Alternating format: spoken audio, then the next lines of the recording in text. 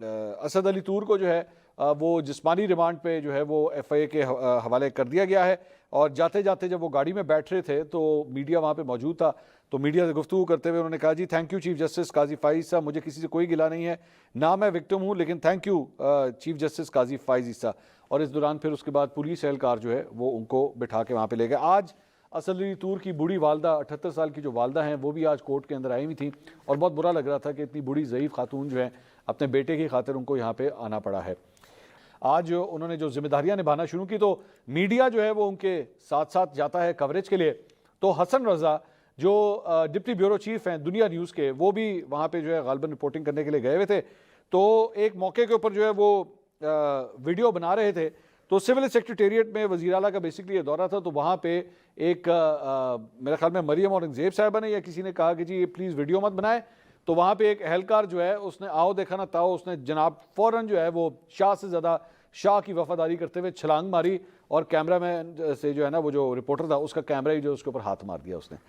तो ये इंतहाई एक बदतमीज़ी वाली बात है। आप वैसे जनरली भी कह सकते थे कि प्लीज़ वीडियो मत बनाइए, आप ये कह सकते हैं, लेकिन इतना धींगा मुश्ती करने के लिए या जो है वो गुंडा बनने की ज़रूरत नहीं है। ये मतलब एक डिसेंसी होती है।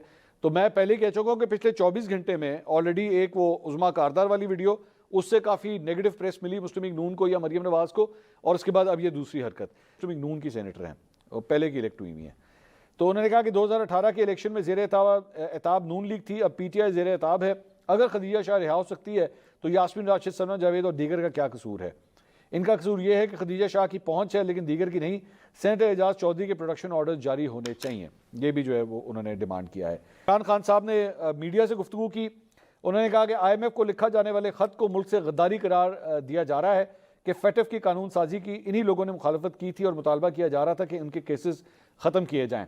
ख़त से मुतल्लिक इमरान खान ने कहा कि मैं जेल से कोई भी चीज़ लिखकर बाहर नहीं भेज सकता। IMF को लिखा जाने वाला ख़त मैंने डिक्टेट करवाया है। ख़त डिक्टेट करवाने के बाद से अब तक पार्टी रहनुमाओं से मुलाकात नहीं हुई। आज पार्टी रहनुमाओं से मुलाकात होगी। पार्टी रहनुमाओं से मुशावरत के बाद आज IMF को ख़त भेज दिया जाएगा।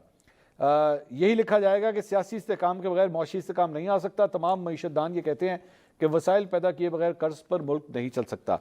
सारी कौम कह रही है कि धांधली हुई है, 20 नशिस्तों वाले को वज़ीर आज़म बनाया जा रहा है। सारा मुल्क इंतखाबात में उनके खिलाफ खड़ा हुआ है। चीफ इलेक्शन कमिश्नर का इस्तीफ़ा ज़रूर बनता है।